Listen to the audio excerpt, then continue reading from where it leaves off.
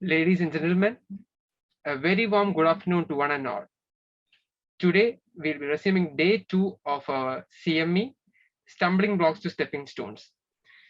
Just as day 1, we have an amazing lineup of very valuable and informative sessions. The first session will be chaired by none other than Dr. Vasant P K, who is our beloved professor at the Department of General Medicine, AIMS Kochi. He is a physician who never fails to clinch the diagnosis, and an excellent teacher who is well versed with the subject and has thorough understanding of it. Over to you, sir. Good evening, everyone. Welcome to the AMRITA Medicine Update 2022. Let me introduce myself. I am Dr. Vasant P K, Professor of Medicine at AIMS Kochi, and I will be talking to you on treatment of polyarthritis when the first line fails. So what are the first line agents that we normally use for polyarthritis? We have short-term medications as well as long-term medications, and you're all aware of it. We normally use the NSAIDs and steroids are short-term medications. The NSAIDs normally we use COX-2 inhibitors, naproxen, indomethacin, ibuprofen, piroxicam, aceclofenac, etc. Steroids we normally use prednisolone, methylprednisolone, and deflazacort. Long-term first-line agents are usually the conventional synthetic DMARDs. Hydroxychloroquine at 6 mg per kilogram body weight. Methotrexate we use around 25 to 30 mg per week. Leflunomide around 20 milligrams per day, and sulfasalazine anywhere between 1 to 3 grams per day. So when should we suspect a first-line treatment failure?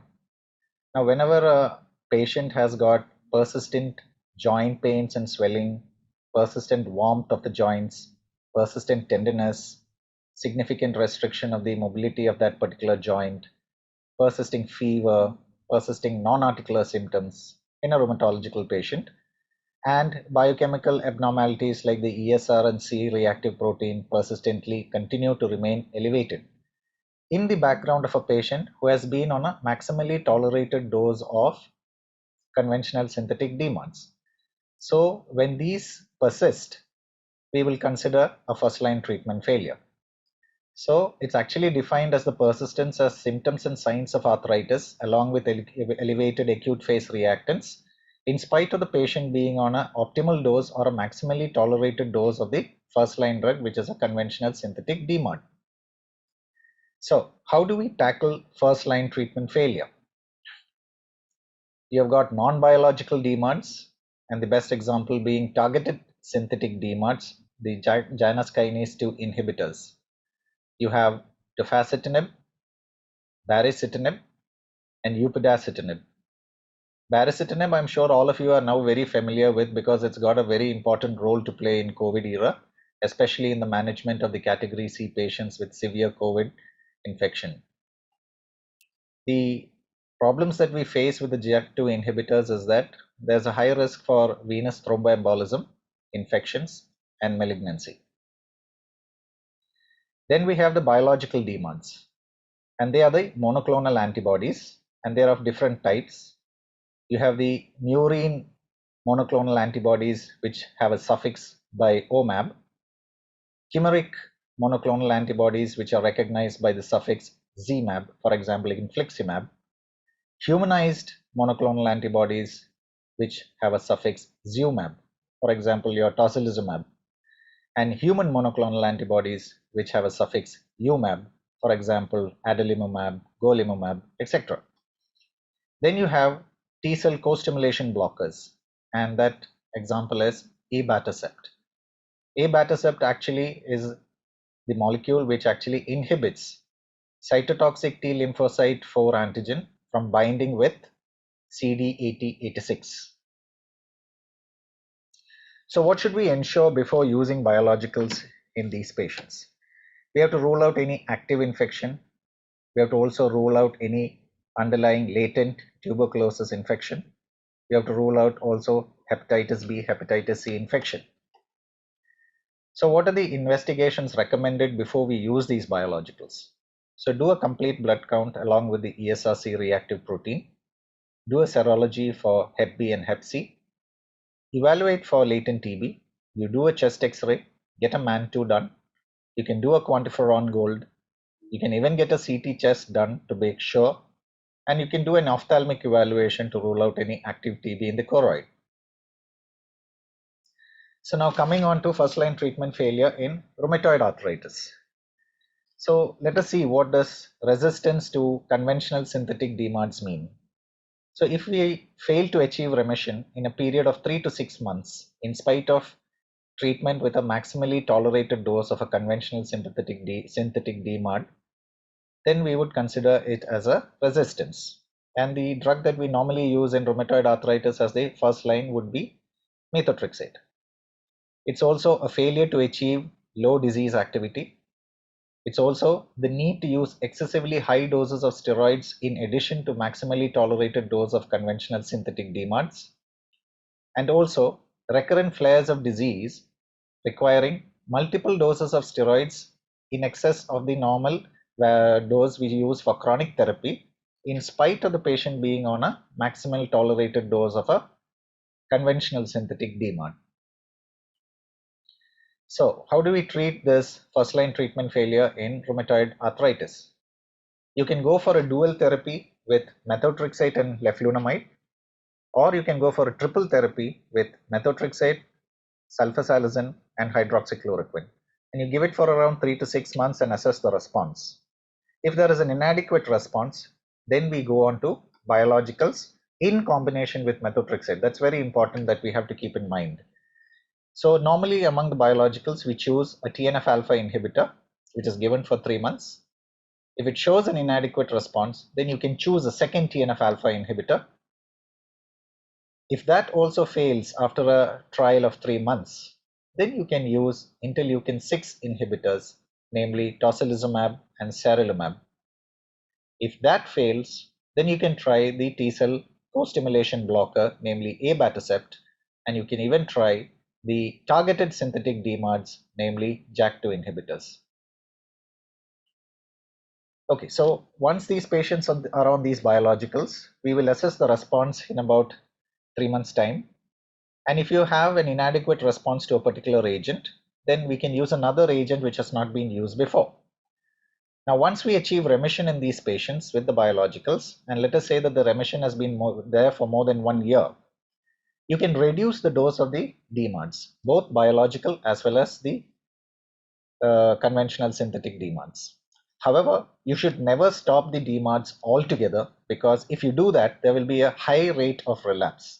And the issue is, once there is a relapse, when you start retreating with the biologicals, your ability to actually achieve a proper disease control will definitely be less than that you had achieved before. Now, patients who are on these biologicals post the first line treatment failure often may have flares, and those are managed using NSAIDs, intra-articular steroids, and even oral steroids. And some patients often benefit from chronic low-dose steroid therapy ranging between 5 to 7.5 milligrams per day. Now coming on to psoriatic arthritis. Now treatment in psoriatic arthritis usually depends whether you have a peripheral arthritis or an axial arthritis. Peripheral arthritis can be mild or moderate to severe. Mild is usually when you have less than 4 joints affected, there is no functional impairment, and there is no radiological erosions. These are usually managed with NSAIDs, and you can even use apremilast, which is a phosphodiesterase inhibitor, 30 milligram BD, usually in patients who have got mild disease with comorbids. So mild peripheral psoriatic arthritis which is not responded adequately to NSAIDs and apremilast, here you can consider conventional synthetic DMARDs like methotrexate, sulfasalazine and leflunomide for about 3 months. In moderate to severe peripheral psoriatic arthritis, where the disease activity is high, there is significant functional impairment and there is radiological erosion, you directly go for a TNF alpha inhibitor, biological, with or without methotrexate for a period of 3 months. Now, if the response to the first TNF alpha inhibitor has been inadequate, you go for a second TNF alpha inhibitor plus minus methotrexate. If that shows an inadequate response, you can consider interleukin 17 inhibitor secukinumab or ustekinumab. Ustekinumab is actually an interleukin 23 inhibitor. And if those fail, you can still consider guselkumab, which is an interleukin 23 inhibitor, and it followed by abatacept. So anyways, we always try, if it is a severe psoriatic arthritis, we will use TNF alpha inhibitors. You can use 2 TNF alpha inhibitors followed by interleukin 17 or interleukin 23 inhibitors, and then followed by abatacept. Now coming on to axial psoriatic arthritis. If you have mild axial symptoms and no functional limitation, NSAIDs are more than enough. But if you have severe axial signs and symptoms, significant functional limitation, and you have erosive disease, then you directly go for biologicals, mainly TNF alpha inhibitors. And if that does not show an adequate response to the first TNF in a period of 3 months, go for the second TNF. If that also is not successful, again go for interleukin 17 inhibitors like secukinumab. Management of enthesitis and dactylitis in psoriatic arthritis. We use NSAIDs, conventional synthetic DMARDs like methotrexate, and if it does not respond, you can go to TNF alpha inhibitors. What is the role of steroids in psoriatic arthritis? Actually, steroids are not recommended in psoriatic arthritis except in a flare. You can use it intra-articularly, but make sure that you do not inject through a plaque. And when you give steroids in psoriatic arthritis, there is a high risk for the patient developing erythroderma and pustular psoriasis. So actually steroids are not recommended in psoriatic arthritis. Now, what are the poor prognostic factors in psoriatic arthritis? So if you have a high disease activity, you have elevated ESR and C-reactive protein, there is joint damage, there is functional limitation, there is reduced quality of life, and if there was a poor response to the initial treatment, they are all poor prognostic factors. Now coming on to ankylosing spondylitis or axial spondylar arthropathy. See, the first line treatment in ankylosing spondylitis is NSAIDs for a period of 2 to 4 weeks. If it does not respond to NSAIDs in 2 to 4 weeks, you use a second NSAID for another 2 to 4 weeks. So if there is no response to 2 sequential NSAIDs over a period of 2 months, then we'll consider it as a first line treatment failure. And what is the next option? The next option is that you have to go for biologicals. There is no role for conventional synthetic DMARDs in ankylosing spondylitis. So you go directly for biologicals and you go for TNF alpha inhibitors, for example, etanercept, infliximab, adalimumab, golimumab, certolizumab. There are a lot of agents you can choose from. Now, just a couple of terms that we should be familiar with while using these biologicals. What do we mean by primary failure, secondary failure? Primary failure is failure to respond to a biological given for a period of 3 months, and so there has been no clinical response at all, and you will have to switch the biological class in that case. Secondary failure means the patient has been on a biological, has shown an initial clinical response, but thereafter there is worsening of clinical symptoms and also recurrence of disease activity. In such cases, when you have a secondary failure to a biological, you can always choose another agent from the same biological class. And in case you have intolerance or allergic reactions to any biological agent, you will have to change the biological class itself. Okay, so in spondylitis, ankylosing spondylitis, when the patient has been started on a biological, we assess the response over 12 weeks. And if the response is inadequate, you switch to another agent, another TNF alpha agent. Often these patients show 80% improvement in more than 50% response on the BASDAI scale, that is the Bath Ankylosing Spondylitis Disease Activity Index. So 80% of the patients will show more than 50% response on this index within this 3-month period.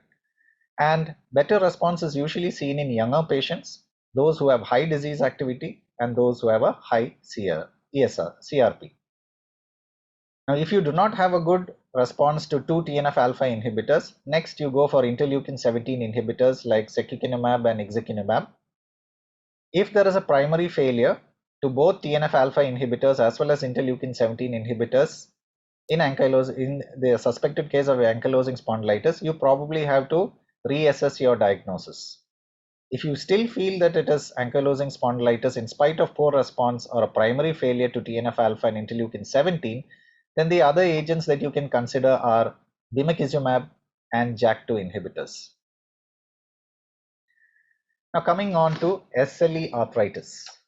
The first line treatment for SLE arthritis is hydroxychloroquine, but we all know that it takes time to act. So you can use bridge therapy with a short course of NSAIDs and steroids for 2 to 4 weeks. But in spite of being on steroids for 2 to 4 weeks, if the arthritis continues to persist, then you have a persistent arthritis. And in such situations, you use conventional synthetic agents like methotrexate and lephra for 3 to 6 months. If you have an inadequate response, then you go for the biologicals, namely belimumab and anifrolumab. Now both can be given subcutaneously. If it fails to respond to belimumab and anifrolumab over a 3-month period, then you can consider using rituximab, abatacept, TNF alpha inhibitors, and JAK2 inhibitors. Now, sarcoid arthropathy. Now, you can have an acute sarcoid arthritis as well as a chronic sarcoid arthritis. Majority of the cases are the acute sarcoid arthritis, which respond in 4 weeks time. If it persists beyond 4 weeks, then we would call it a chronic sarcoid arthropathy. Acute sarcoid arthritis is actually a part of Lofgren syndrome, where you have erythema nodosum as well as hilar lymph node enlargement. So the options which are available for chronic sarcoid arthritis are that you add hydroxychloroquine, you can use colchicine, and you can use methotrexate. And if it is not responding to these agents over a 3-month period, then you can use biologicals like TNF alpha inhibitors like infliximab. Now, inflammatory bowel disease and arthritis. The recommendation is to use NSAIDs with PPI initially. You can also use conventional synthetic DMARDs like methotrexate and SAS, that is sulfasalazine, for 3 months. You can bridge it with steroids. And if it's not responding to conventional synthetic DMARDs, you can use TNF alpha inhibitors, any agent. And it is best to do that in consultation with the gastroenterologist and the rheumatologist. Now, chronic reactive arthritis. So we all know that reactive arthritis usually develops secondary to an infection either in the respiratory system, gastrointestinal system, or the urinary tract, and it usually develops 3 to 4 weeks down the line. Now, if the joint symptoms persist for more than 6 months, we would call it a chronic reactive arthritis. And obviously, it would not have shown a response to NSAIDs, intra-articular steroids, or oral steroids in this 6-month period. So if it fails to respond to these agents in 6 months and you have a chronic reactive arthritis, you should consider conventional synthetic DMARDs like methotrexate for 3 months or sulfasalazine for 4 months. If it fails a trial of conventional synthetic DMARDs, then you can definitely consider the biological TNF alpha inhibitors like etanercept and infliximab. In chronic reactive arthritis, if the patient achieves remission for more than 3 months, then it is best to stop the biological. Behçet's arthritis. The drug of choice would be colchicine and then oral steroids. If it is not showing adequate response, you can try azathioprine and TNF alpha inhibitors. And if that also does not show adequate response, you can consider interferon alpha and methotrexate. Now, gouty arthritis. Now, patients who have chronic gouty arthritis, recurrent gouty flares, tophaceous deposits in the soft tissues as well as the subchondral bone, and they have CKD, they all actually merit urate lowering therapy on a long-term basis. And we should be keeping the uric acid levels less than 6 mg per deciliter. Those who have tophi, we should keep the levels of uric acid less than 5 mg per deciliter. So the agents available are the allopurinol and febuxostat. Allopurinol, as we know, is often likely to cause Stevens-Johnson syndrome. Febuxostat has an increased cardiovascular risk. Uricosuric agents that we can use to lower the uric acid levels are probenecid, bezinurad, and benzbromaron. Now, when we consider these patients for long-term urate lowering therapy, we also have to give colchicine prophylaxis, and that is for about 3 to 6 months. So you give colchicine around 0.6 mg OD or day BD, and that is to prevent acute flares during initiation of therapy. For patients who have refractory gout, severe CKD, and tophaceous deposits, you can also consider IV pegloticase, which is a recombinant urate oxidase enzyme that is given as 8 mg OD every 2 weeks. And prior to pegloticase administration, you need to stop the antihyperuricemic drugs. You need to pre-medicate with antihistamines and steroids. And Caucasian prophylaxis also should be initiated 1 week prior to pegloticase, and it should be continued 6 weeks post pegloticase.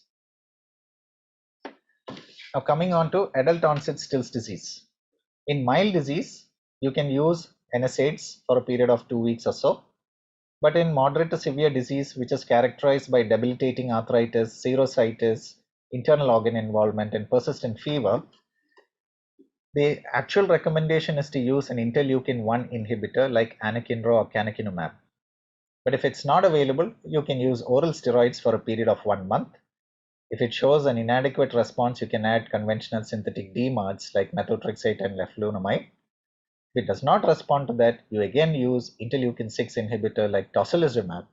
And finally, if it does not respond to that, you can try TNF-alpha inhibitors like adalimumab and infliximab. In AOSD also, if the patient achieves a remission of more than 3 months, you can stop the biologicals. So what are the contraindications for using biologicals? If you have allergic reactions, if you have an active infection, if you have latent TB, if you have heart failure, malignancy, demyelinating disease, all these are contraindications to using biologicals. Now just a word about DMARDs in pregnancy. What is safe and what is not? Now hydroxychloroquine, sulfasalazine, azathioprine, TNF-alpha inhibitors, anakinra, all these are safe in pregnancy. And those which are contraindicated are methotrexate, leflunomide. Rituximab has to be stopped at least 1 year prior to conception, and abatacept as well as tocilizumab should be stopped at least 10 weeks prior to conception. So there are a couple of take-home points that I would like to highlight. See, before you use biologicals in rheumatological illnesses which are refractory to the first-line treatment, you should rule out active infections and also latent infections like TB. In rheumatoid arthritis, biologicals are always combined with methotrexate. So methotrexate has to be a part of the treatment protocol. In psoriatic arthritis, biologicals may or may not be combined with methotrexate.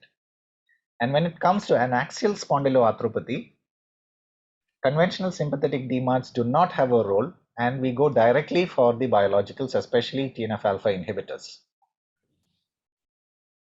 Now in rheumatoid arthritis, psoriatic arthritis, and axial spondyloarthropathy, even if the patient has been in remission for more than 1 year, do not stop the DMARDs altogether.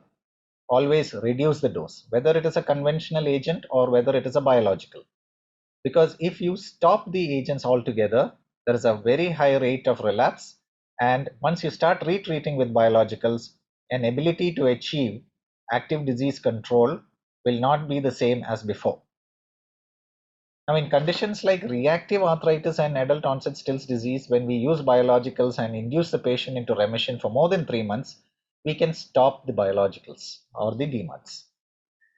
And whenever these patients are on biologicals, monitor for infections, especially TB. And of course, we all know that biologicals are very expensive, so there's a major cost issue for the patients. Thank you. Thank you, sir, for that wonderful session. Very informative. If anybody has any questions, they can put it in the chat group. A few questions, sir. What are the common infections that we come across while using biologicals? Okay, normally when biologicals are used in these patients, we commonly see skin infections like cellulitis being most common. And you can also have lung infections like pneumonia and urinary tract infections. These are the common infections that we normally see. But of course, in some cases, we have also seen tuberculosis flare. Okay, sir. We usually get consultations from your department before we start on these biologicals. If suppose your IGRA or these any features of TB, can we go ahead with these, or should we wait, or what is the plan in that, sir? No, if we are definitely having any evidence of latent TB, I think we cannot start the biologicals. Okay, okay, sir. Okay, sir. And why don't we use DMRDs in spondyloarthritis, sir? See, basically around in 2015, a meta-analysis was done, and they have said that the conventional sympathetic DMARDs do not have any action in patients who have axial symptoms. That's why in axial spondyloarthropathy, if we were supposed to give them a trial with conventional sympathetic agents, conventional synthetic DMARDs, you're not going to get any response. So there is no point in waiting out those 3 months. It is best if they have axial symptoms, go directly for biologicals. And that is why we say, but like I mentioned in the take home messages, for rheumatoid arthritis, the biological should always be combined with methotrexate. But in psoriatic arthritis, when you have peripheral arthritis as well as axial arthritis, if axial symptoms are there, you probably have to add a biological. If there are only peripheral, symptoms and signs, then we could probably use the conventional synthetic DMARDs. But in axial spondyloarthropathy like ankylosing spondylitis, they say that it does not have an effect. So it is best to use the biologicals. If it's mild, you can go ahead with NSAIDs. Okay, sir. No Thank you, sir. definitive Thank you reason for has been mentioned as such as to why they are not effective. Probably it's based on the studies that have been done. Okay, sir. Thank you, sir, for the wonderful session, sir. Very informative.